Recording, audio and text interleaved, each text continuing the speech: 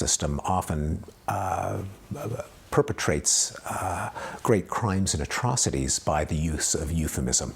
Collateral damage instead of dead civilians, revenue enhancement instead of tax increase, transfer of populations instead of a forced march, 80% of the people dying en route. So that is a tradition where Orwell consulted his own intuitions, and he was, of course, a superb amateur linguist. I think there is great promise in applying everything from linguistics to brain scanning to try to make these techniques more transparent, the better for a democratic populace to see through them. Yeah, one of the primary functions, as you know, of the Science Network is to try and illuminate areas at the intersection of science and social policy. We've been doing an annual meeting called Beyond Belief. The third one, which is coming up, deals very much with neuroscience, anthropology, and so on, linguistics, and so on. The applications of sciences to politics and to ethics, to law, and so on and so forth. The title of it is actually Candles in the Dark, which we use as a Science Network brand, if you like, borrowed from Carl Sagan, yes, who talked about science as a candle in the dark. And one of the things we're asking people who come to the meeting to do is to suggest pose a problem, something that exercises them at this point, at the intersection of science and social policy, and suggest a possible solution. I know you can't make it this time, but if you were to be there, do you have a candle in the dark? When it comes to applications, I'm wary of making prescriptions just because I think you really need a lot of expertise in that particular applied domain before being able to say anything helpful. So, for example, I do think that there have to be implications of, say, language acquisition, one of my specialties, for the teaching of a foreign language to kids.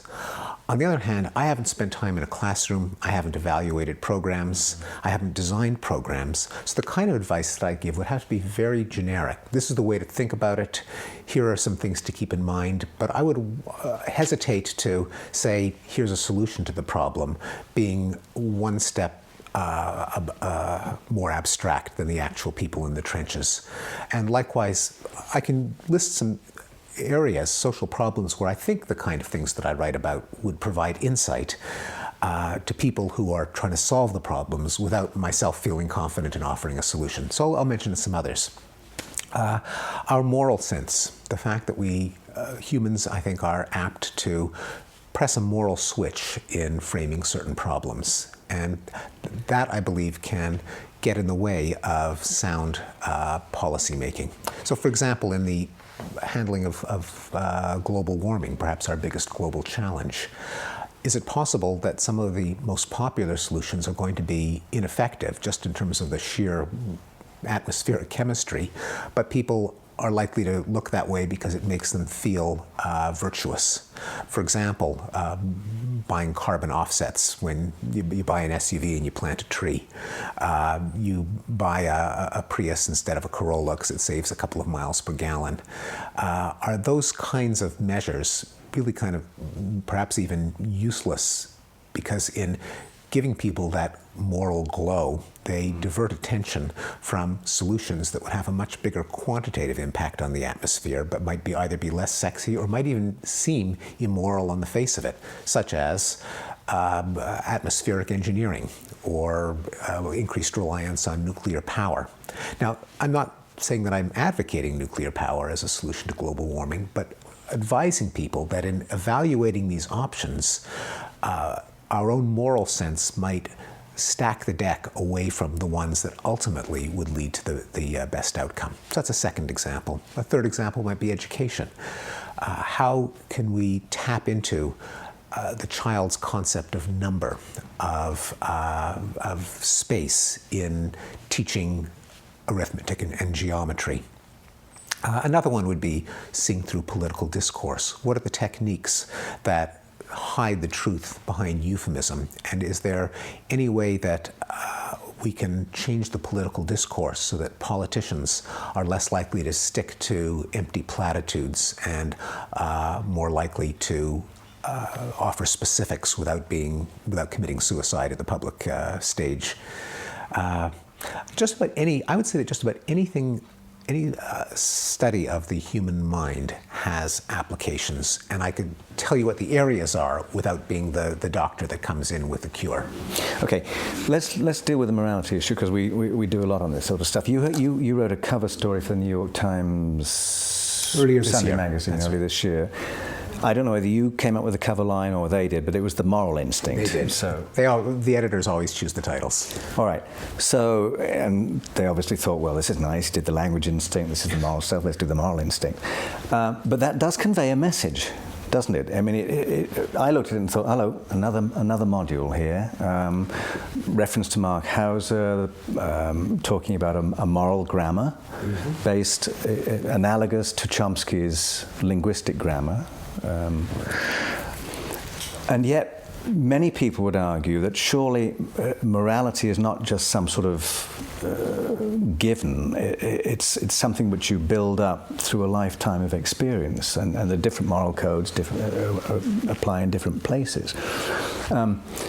We'll come back to that in a second. But some of the experiments that have been used, like the notion, the trolley experiments, which is now being called trolleyology. Yes. The notion of whether it's appropriate to. Well, why don't you actually describe that problem? Yes. Well, this is I think originally devised by Philippa Foot, wasn't it? Philippa Foot. Yes, that's right. So it's basically trying to make clear what our intuitions are in cases of utilitarian calculations differing from some instinctive moral tendency. So, classic problem: a trolley is running out of control on a track. Conductor slumped over the controls, dead of a heart attack, is about to slam into 5 people. You're standing at a switch. You can divert it to a side track. Unfortunately, there's a worker on the side track, and so by saving 5, you would kill 1. Is it permissible to divert the trolley? Most people say yes, in pretty much every culture that's been looked at. If you change the terms of the problem in what might seem to be an ethically irrelevant way by saying you're standing on a bridge overlooking the tracks, trolley's out of control. The only way to stop the trolley is by pushing a fat man in the path of the trolley, slowing it down. Save 5 people at the cost of killing 1. Is that acceptable? And now most people say no. By utilitarian calculus, both involve sacrificing 1 to save 5. Why is there such a strong intuitive difference between the two cases? So that's trolleyology. Right. And I think it's part of a much larger set of issues concerning the moral sense. I think probably too much attention has gone to that particular and in some ways artificial problem. Just to get back to your concern on the title, I wouldn't have objected to that title. I think there was, even though I didn't select it, I think there is I think there is a set of moral instincts. I don't think it's a single module. And in fact, the main part of the article is that psychologically, what we deem as moral has at least 4 distinct components, and when cultures vary, they vary not by having arbitrary codes that come out of the blue, but in how much weight they give to each of the 4. The 4 being harm and benefit, that is the kind of fairness of not harming someone unless they deserve it as punishment, and if someone helps you, you owe them help in return. The moralization of hierarchy and autonomy. Many people think that deference to legitimate authority is a moral thing to do. Our celebrity worship, loyalty to country, patriotism. There's an ethic of community, that conforming to social norms and being part of a harmonious community is a moral thing to do. And there's a notion of purity and divinity contrasted with defilement and carnality, closely related to our sense of disgust. We equate what's disgusting with what's immoral, and what is clean and pure with what's morally praiseworthy.